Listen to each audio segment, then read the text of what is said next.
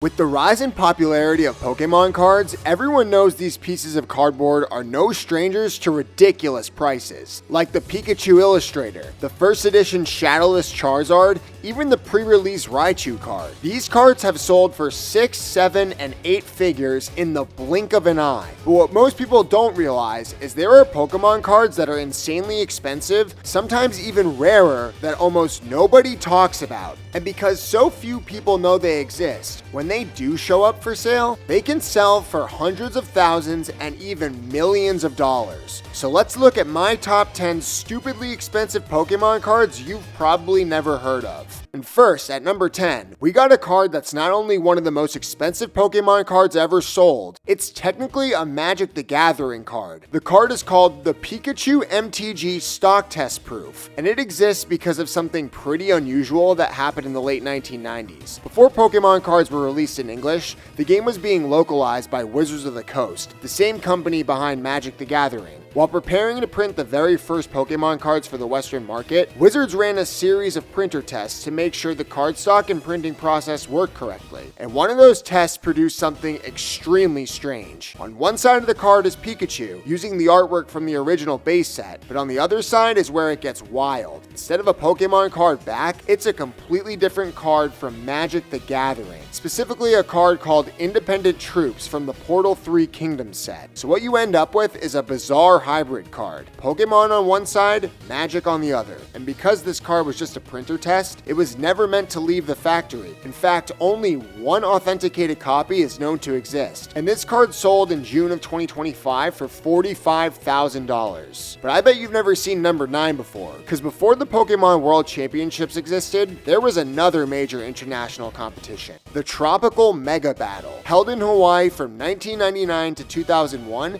it was essentially the first big global Pokemon tournament. Kids from different countries traveled to compete against each other, but before they could attend the event, Japanese players had to win regional qualifiers. And those winners received the 2000 Tropical Mega Battle number 1 trainer. And what's crazy, there's 2 versions of this card. One features a male trainer, and the other features a female trainer, which players reportedly received the version that matched their gender. These trophy cards were only given to the first place winners of Japanese regional tournaments, which means very few copies exist. One graded version of this card even received a pristine 10 rating from CGC, which is basically a perfectly conditioned card. And this card sold in September 2023 through Heritage Auctions for $48,125. Also, I heard if you like and subscribe, you might find that card in your mailbox. That's just what I heard though. But next up at number 8 is a card tied directly to the competitive Pokemon history, the Master's Key. This card was awarded to competitors at the Pokemon World Championships in 2010, and just qualifying for that event is extremely difficult. Only 36 players total received the card across both the video game and trading card tournaments. Each participant also received a display case designed to show off the card. It was essentially a trophy celebrating their ability to reach the World Championship level. In 2019, one of these cards sold at auction for around $21,000, but by May 2023, another copy sold through Fanatics Collect for $66,000. Not bad for a card that was originally just a participation prize. But at number 7, we have one of the weirdest promotional cards Pokemon has ever created, the Tamamushi University Magikarp. This card was given out during a strange Japanese campaign called the Tamamushi University Hyper Test. The event was basically a Pokemon knowledge exam. Kids had to complete quizzes and challenges about Pokemon, and if they passed the test, they were invited to compete in a tournament. And if they won that tournament, they received this Magikarp card. The card itself is unusual because it includes the move Dragon Rage, which Magikarp normally can't learn until it evolves into Gyarados. But early promotional materials suggested that around 1,000 copies were printed, but nobody knows how many were actually distributed, which makes the real number of copies a true mystery. But in February 2021, one sold on eBay for $66,100, which makes it one of the most valuable Magikarp cards ever printed. But we're going back to 1998 for number 6, because Pokemon held one of the most wholesome tournaments in the game's history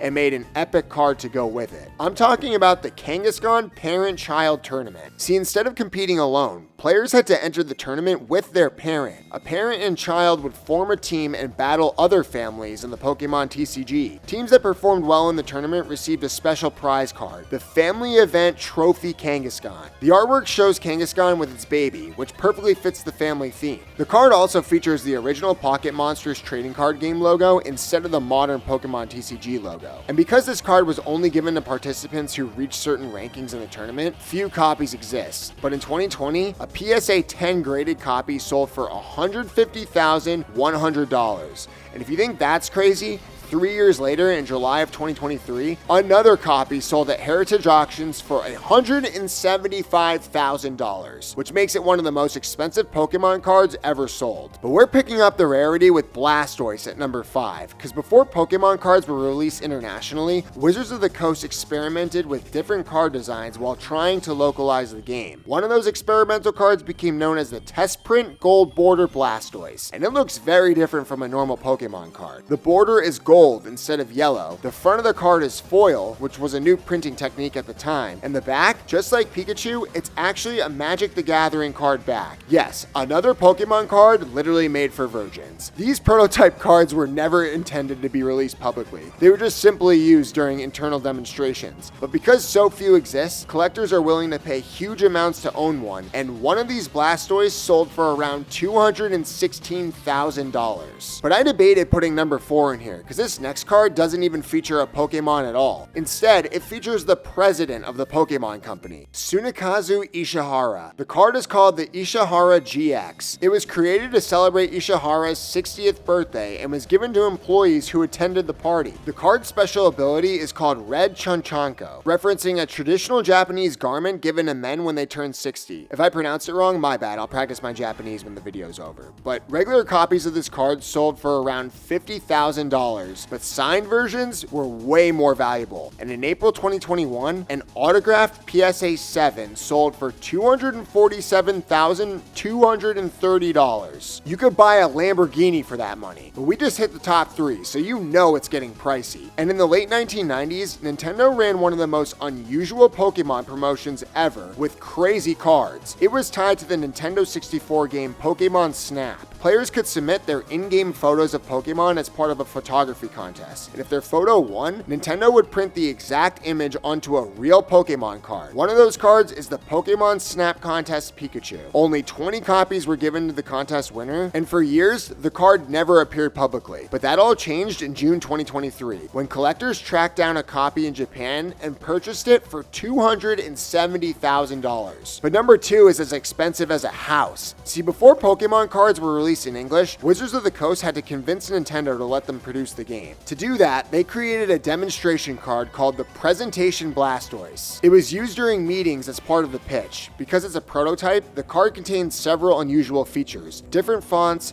a missing water energy symbol, even spelling errors. Only 2 copies ever were printed, and one might actually be lost forever. But in January 2021, one Blastoise card sold for $360,000, making it one of the most historically important Pokemon cards ever. And finally, at number 1, the most expensive card on this list worth millions, the Trophy Pikachu No. 1 Trainer. This card was awarded to the winners of the Lizardon Mega Battle, one of the earliest Pokemon competitions, and the card shows Pikachu holding a trophy in the air as a celebration. The artwork was created by legendary Pokemon illustrator Mitsuhiro Arita. Experts believe only 14 copies exist, which makes it one of the rarest Pokemon cards ever made. And in September 2025, a PSA 9 version of this card sold on eBay for $3 million, which would make it one of the most expensive Pokemon cards of all time. And here's the crazy part. With the Pokemon 30th anniversary happening this year, everything's exploding again. Card prices are going through the roof, and whenever a big milestone happens for the franchise, collectors start hunting down the rarest cards they can find, which means cards like these, obscure promos, trophy cards, and weird prints are probably only going to get more expensive as time goes on. Because once collectors realize how few copies actually exist,